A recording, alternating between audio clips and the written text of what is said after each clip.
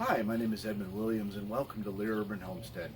I'd like to talk with you today a little bit about this particular method of gardening that we're using here.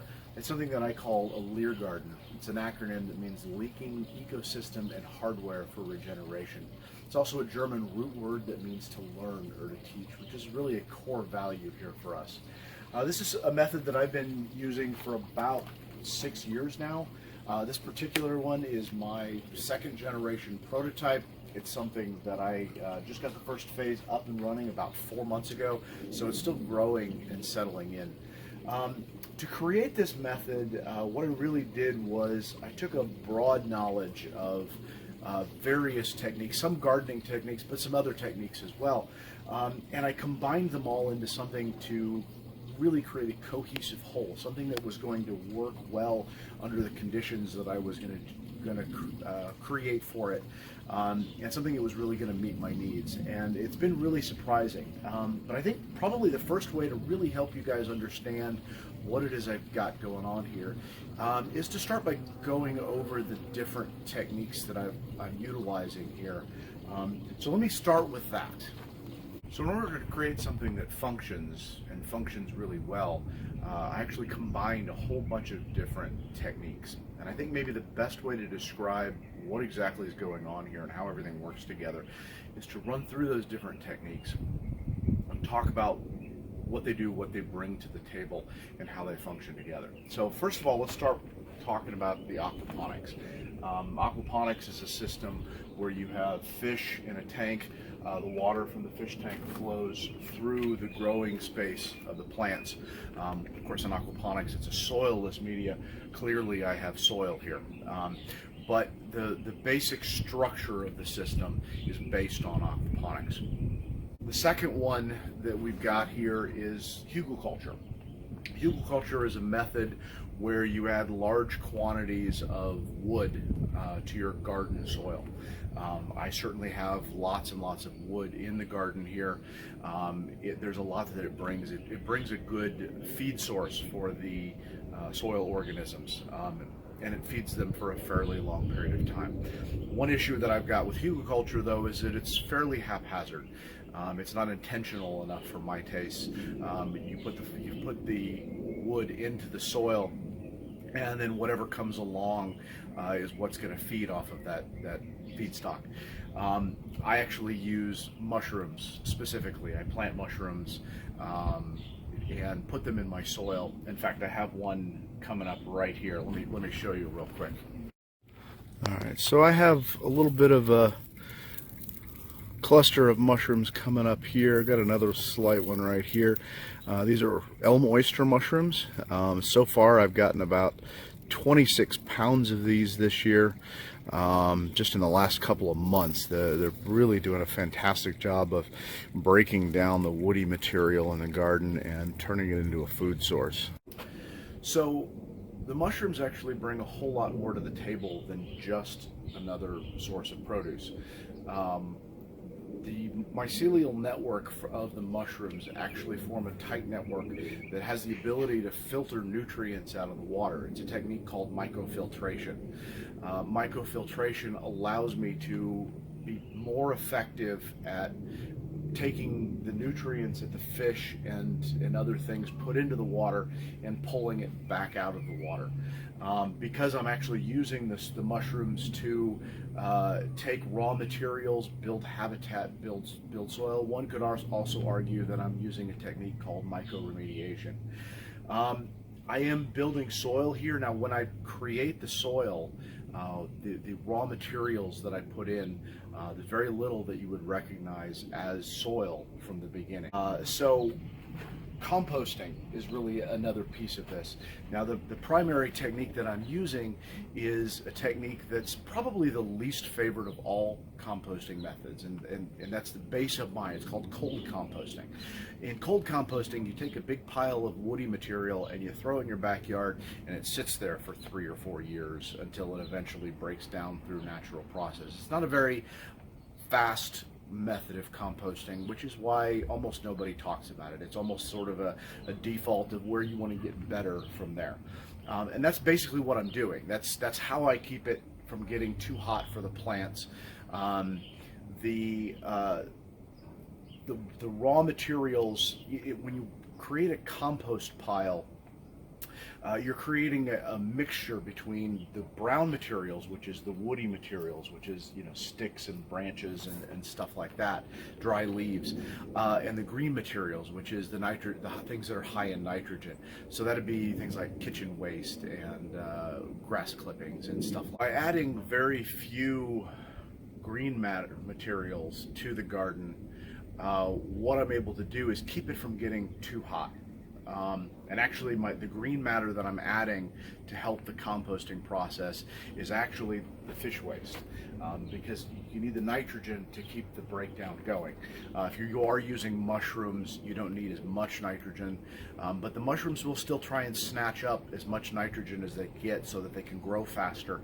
And the fish waste allows the mushrooms to get what they need without impeding the ability of the plants to get what they need. So it makes sure that everything gets the nutrients that it needs.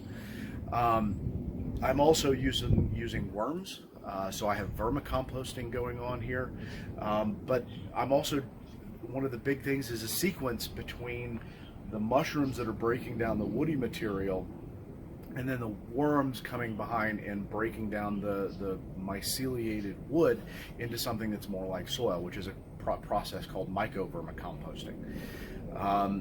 Then you want to get into organic gardening. So this gardening method is fully organic. Anything that I spray is going to get directly down into the water and potentially poison my fish. I have not used fertilizers of any kind, synthetic or regular, other than what's produced in the system or what I add early on. There's a couple of nutrients that I add, but they're not really fertilizers. And I certainly don't use synthetic fertilizers. I don't use pesticides. I don't use herbicides. I don't use fungicides of any kind. The method that I'm using here actually allows the plants to have a pretty significant immune system, which I'll talk about a little bit more about that in a little bit. So in terms of organic gardening, one of the other things that I use a lot here is companion planting. Trying to create a complete ecosystem. Biodiversity is key. It helps draw in those beneficial insects. It helps create the full vibrant ecosystem. So as you can see right here, I've got dill, I've got alfalfa, I've got comfrey, I've got a couple of pea plants, I've got romanesco, I've got kale, I've got garlic, looks like parsley, chervil, more garlic, I've got spinach, I've got all kinds of stuff all just growing right here together, and they're all working pretty well together. I also plant very, very intensively because of the breaking down active soil that's basically a compost. I'm able to produce something that really the plants are only competing for sunlight. So as this grows out, you'll really see no bare soil. I actually plant based more on what it's going to compete for sun. So for example, an okra, which is a tall plant, I'll plant it with a base of maybe 4 Swiss chard and then a couple of cucumber plants that trail over the side. And I can outgrow all of those in a square foot, which I could achieve sometimes 3 or 4 times the densities of even square foot gardening, which is already considered an intensive gardening. Then I'll talk a little bit about here the additions that I add. So the first thing that I add quite a bit of is biochar. Biochar has the ability to absorb nutrients as they come through in the water, and it holds them in a way that's very available to the microbiology in the soil. The fungal networks can climb over and through the biochar and gather up the nutrients that have been collected. The microorganisms can climb around on the biochar and consume what they need. So it acts as just a really phenomenal buffer. It's something that when they first came out with this, it had a lot of high hopes in aquaponics. And everybody found out really quickly that it doesn't work in aquaponics because there isn't enough of a biological backup system to feed the plants while the biochar is absorbing all of the fuel. It doesn't really work very well in aquaponics. It actually works very, very well in a Lehr garden. I also use various rock powders.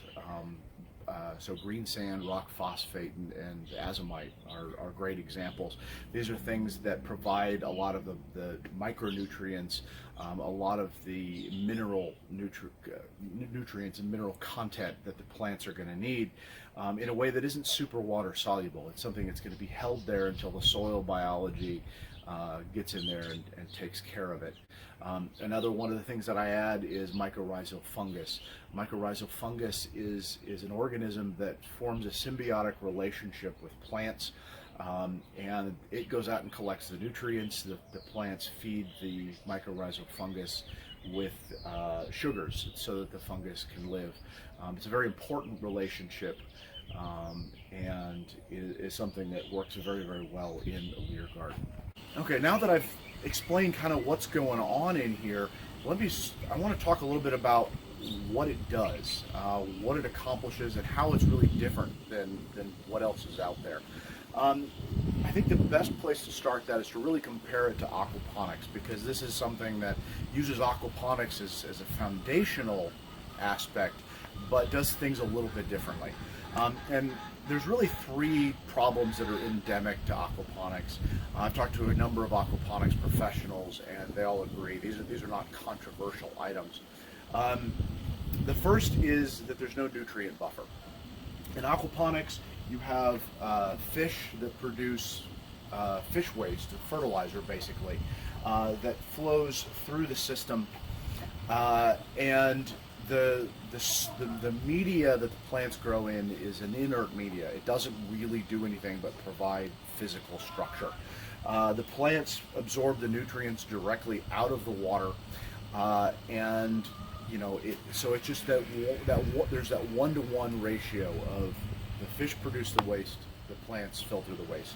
If you get your numbers off, if you have a bunch of fish die off, or if you harvest a bunch of fish, you find yourself with not enough nutrients to feed your plants start dying. If you harvest a bunch of plants and don't get some new seedlings back in there quick enough, they're not able to remove the fish waste fast enough, and the fish waste starts to build up, and the fish get poisoned by their own waste products.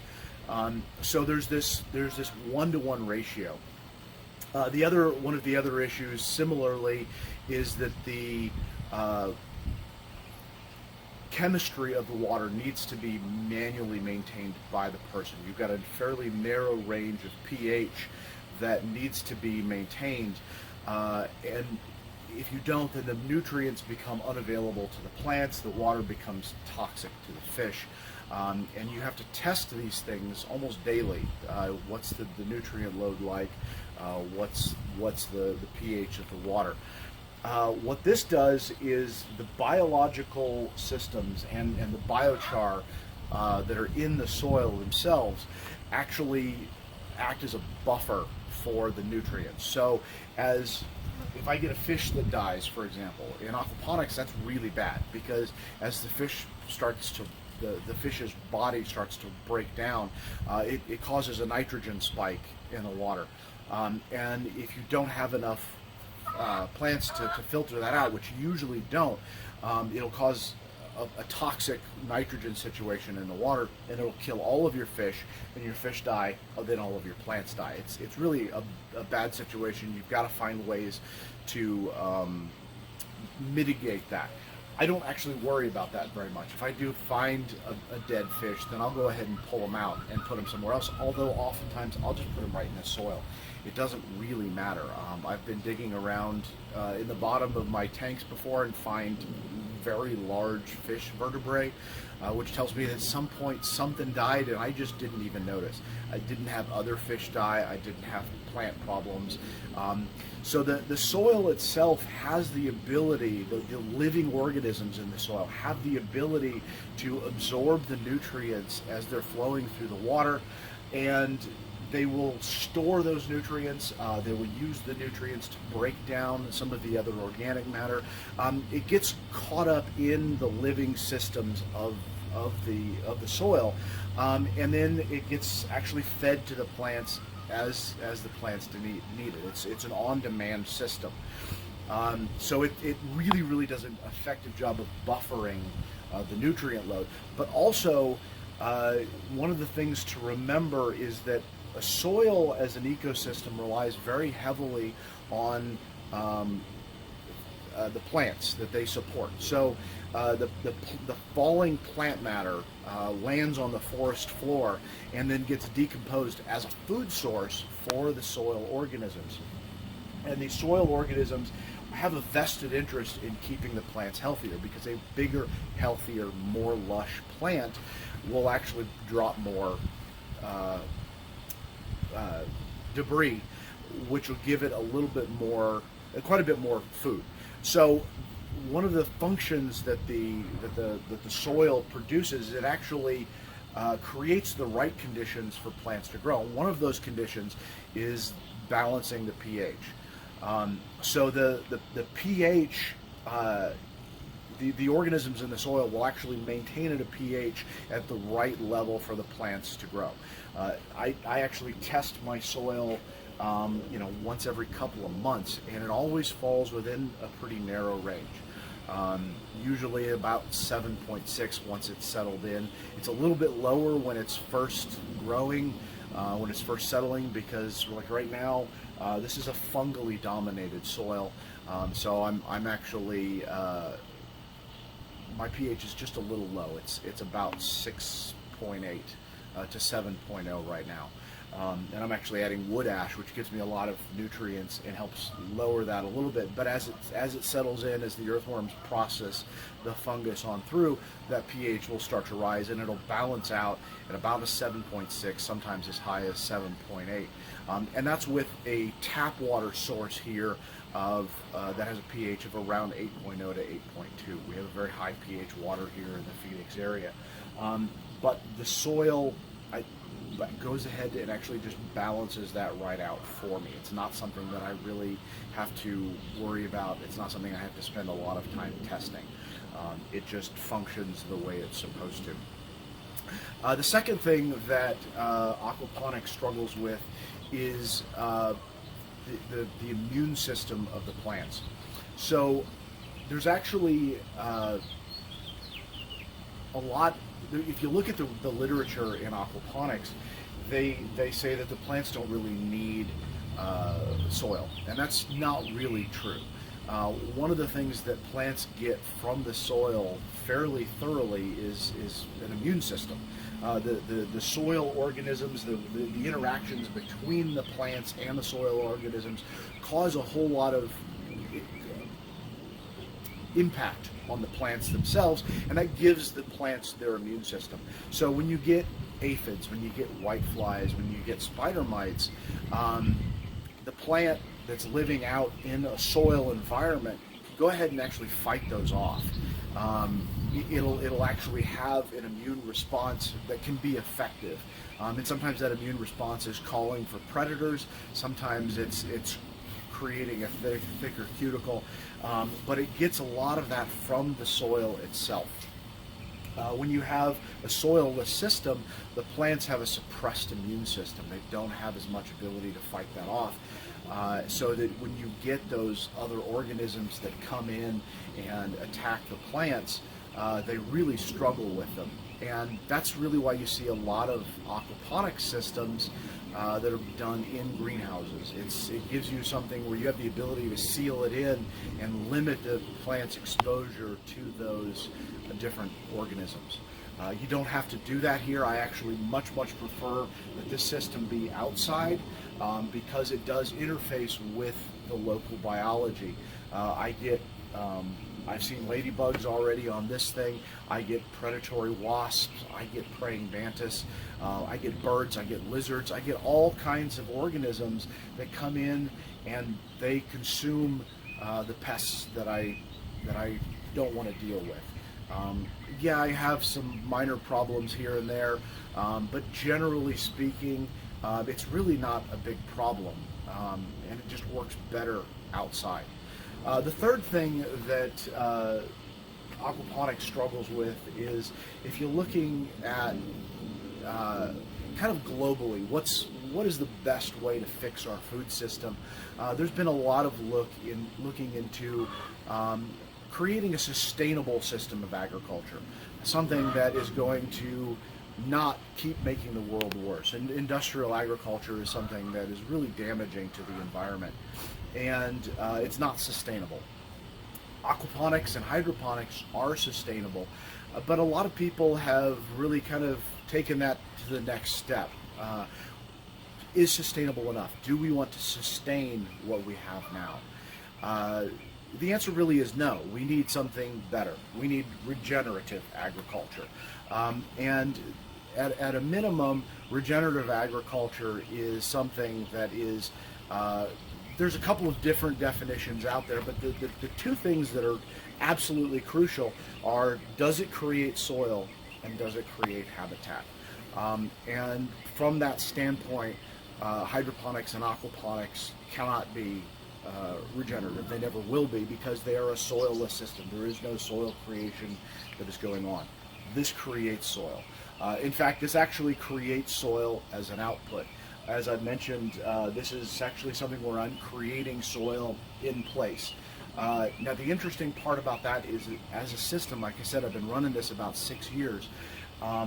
This system actually seems to function best when it's actively creating soil. So after about 2 or 3 years, I get a really, really rich, fertile soil, and then my plant production starts to actually drop a little bit. So what I'll do is I'll go through and I'll take out up to 50% of the soil. That leaves behind a lot of the organisms that I want, and then I'll just mix in more woody material. And what that does is it reinvigorates. I can re-inoculate with some more gourmet mushrooms and start getting more flushes of mushrooms. And it reinvigorates the system. The plants start doing really well, and that soil that I can create is like some of the richest, most ridiculously fertile compost that you can possibly come up with. I use it to top dress the perennials around my yard. And actually, one of the things that's really interesting about this is that there's a compound called glomalin. And glomalin is sort of the holy grail of carbon sequestration. Glomalin is produced by mycorrhizal fungus, and these are fungus that only live in association with plants. So it's not something that's even possible to create in a composting system until this. This is actually a form of composting, but I'm actually growing plants and producing food while the composting process is happening, and the finished compost actually contains glomalin, which I can then take out and put in the ground. And glomalin is, as a form of soil carbon, it is stable in the ground for over a century. It's very resistant to breaking down and coming back into the atmosphere as atmospheric carbon dioxide. So there's some really cool sustainability, regenerative benefits of this. The big thing really that I noticed as something that changed my life when I did this, I actually had a conference that I had to go to. It was a 2-week training seminar a couple years back. And it was in June. My garden was sitting in full sun on a patio in Mesa, Arizona. I didn't really have anybody who was interested in taking care of it, but I didn't feel like I needed it to. It was something where it was being subjected to temperatures and daytime temperatures in 115 degrees, but all of the processes were automated. It was automatically watering itself. It was automatically fertilizing itself. I have the fish feeder on automatic. Every single process that really is a daily maintenance task is automated through this system.